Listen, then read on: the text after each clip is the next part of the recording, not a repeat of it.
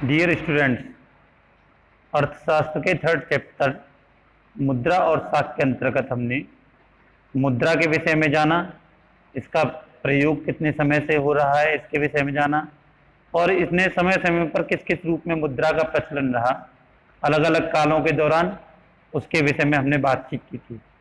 इसके अलावा हमने लेन देन के प्राचीन पद्धति वस्तु विनिमय पद्धति के विषय में तथा लेन देन की वर्तमान पद्धति मुद्रा विनिमय के विषय में, इसके विषय में भी थोड़ी सी बातचीत हमने कल की थी। ठीक है जी। इसके बाद जो नेक्स्ट हमारा हेडिंग था करेंसी के विषय में था। करेंसी के विषय में हमने और थोड़ी सी रिजर्व बैंक के विषय में इसमें बातचीत की कि रिजर्व बैंक ही हमारे हिंदुस्तान में करेंसी को जारी करता है। ठीक है, इसीलिए सभी नोटों पर रिजर्व बैंक के गवर्नर के हस्ताक्षर होते हैं। तो जो हमारा हेडिंग चल रहा था वह चल रहा था बैंकों में निक्षेप। ठीक है, तो इसके विषय में कहा था कि हम इसको कल को लेकर चलेंगे, तो इसलिए शुरू करते हैं। ठीक, बैंकों में निक्षेप से तात्पर्य यहाँ पर यही है कि लोग अपनी मुद्रा को बैंकों में निक्षेप के रूप में रखते हैं, जिससे वो आने वाले समय में आवश्यकता के अनुसार उसको यूज कर सकें। ठीक है, इसके अलावा बैंक उनके पैसे को तो सुरक्षित रखते ही हैं, उस पर वो जमा भी देते हैं। ठीक, मतलब ब्याज भी देते हैं, उस पर सूद कह दो ब्याज कह दो, तो उनके पैसे में इससे बढ़ोतरी भी होती है। तो इसलिए लोग बैंकों में अपने पैसे को जमा करते हैं। ठीक है, तो इसके साथ ही हम कुछ बैंक के कार्यों के विषय में जान लें कि बैंक करते क्या क्या है। ठीक है, इसके विषय में तो बैंकों की प्रमुख गतिविधियां इस प्रकार हैं कि लोग अपनी रोजमर्रा की आवश्यकताओं को पूरा करने के बाद बचे हुए धन को बैंकों में जमा करते हैं। बैंक ये निक्षेप के रूप में स्वीकार करते हैं और इस पर सूद भी देते हैं। इस तरह लोगों का धन बैंकों में सुरक्षित रहता है। ये तो भी बताया था आपको। नंबर 2, लोगों को किसी भी समय धन निकालने के लिए सुविधा उपलब्ध रहती है। जो पैसा उन्होंने अपना जमा किया उसको वो कभी भी निकाल सकते हैं। बैंक जनता से जो धन जमा खातों में स्वीकार करते हैं उस रकम का एक छोटा हिस्सा अपने पास नकद के रूप में रखते हैं। जैसे आजकल भारत में बैंक जमा का केवल 15% हिस्सा ही नकद में अपने पास रखते हैं। इसे किसी एक दिन जमाकर्ताओं द्वारा धन निकालने की संभावना को देखते हुए रखा जाता है। बैंक का काम इस नकद से आराम से चल जाता है। यानी अगर पूछा जाए आपसे कि बैंकों के पास कितना पैसा होता है, तो जो उनकी कुल जमा है उसका लगभग 15% उनके पास बैंकों पे हमेशा रहता है, जिससे कोई भी व्यक्ति अगर एट रैंडम लिया जाए तो उसको पैसे का इंतजाम किया जा सके। ठीक है जी। इसके बाद बैंक अपने पास जमा राशि को कर्ज के रूप में देता है। जो बाकी पैसा है उसको वो कर्ज के रूप में दे देते हैं। विभिन्न आर्थिक गतिविधियों के लिए कर्ज की बहुत मांग रहती है। इसके बाद बैंक ऋण पर ब्याज लेता है। इस तरह बैंक दो गुटों के बीच मध्यस्थता यानी बिचौलिए का काम करते हैं। एक गुट जिसके पास एक्स्ट्रा पैसा है उससे वो पैसा लेकर, एक गुट जिसके पास पैसा नहीं है उसको आवश्यकता के अनुसार ऋण देकर वो उसको ऋण देते हैं। ठीक है जी। तो बैंक से दोनों गुटों की आवश्यकताएं पूरी हो जाती हैं।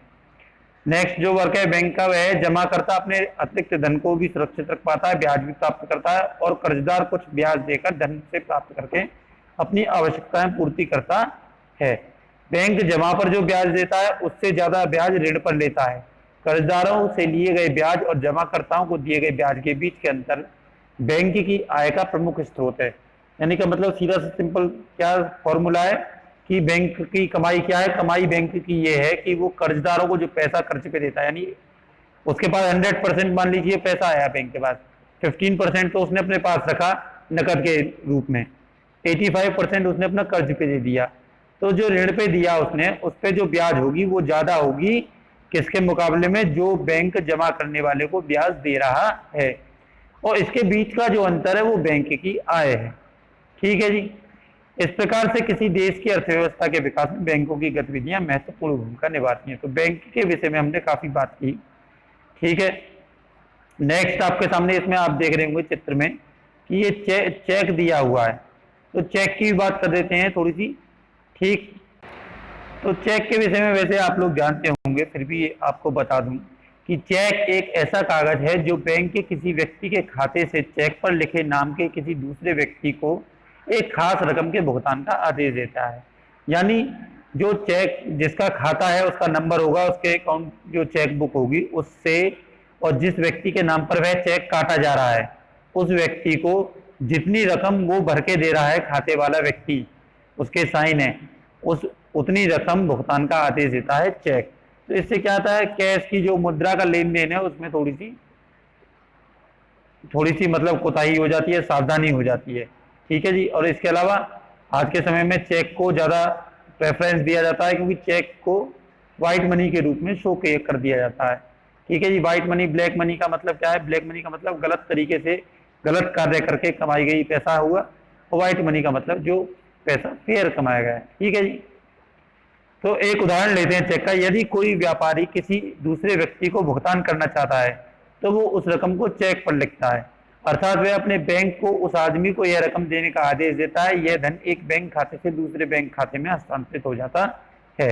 इस प्रकार बिना लेन देन, बिना नकद की अदायगी के पूरा काम हो जाता है। यानी का मतलब चेक के थ्रू इसमें उदाहरण में पैसा लेने की आवश्यकता नहीं पड़ी, एक खाते से दूसरे खाते में पैसे ट्रांसफर भी हो गए।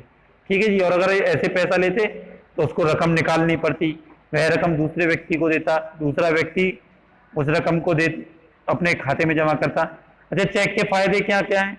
एक तो फायदा ये बता दिया कि उसको व्हाइट मनी के रूप में शो कर पाते हैं, क्योंकि चेक के थ्रू यह पता चलता है कि किस अकाउंट से किस अकाउंट में पैसा जा रहा है। ठीक है जी। दूसरा फायदा ये हो गया कि नकद का प्रयोग नहीं होता, तो नकद से इसमें पैसे के खोने का, चुरने का, इस चीज का खतरा कम रहता है। ठीक है जी। तो ये दो हमने फायदे आपको चेक के गिनाए।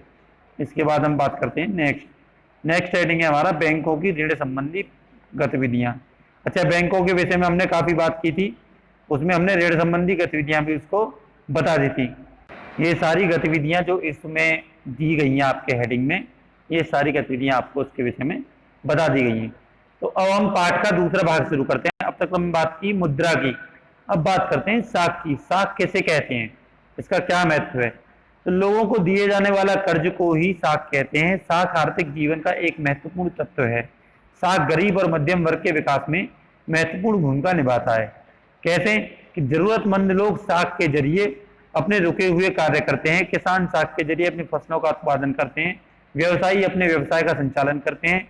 औद्योगिक विकास में भी साख महत्वपूर्ण भूमिका निभाती है। यानी वो लोग कर्ज लेकर क्या है, अपना कार्य करते हैं और उसके बाद होने वाली आय से उस साख को चुका देते हैं। ठीक है जी।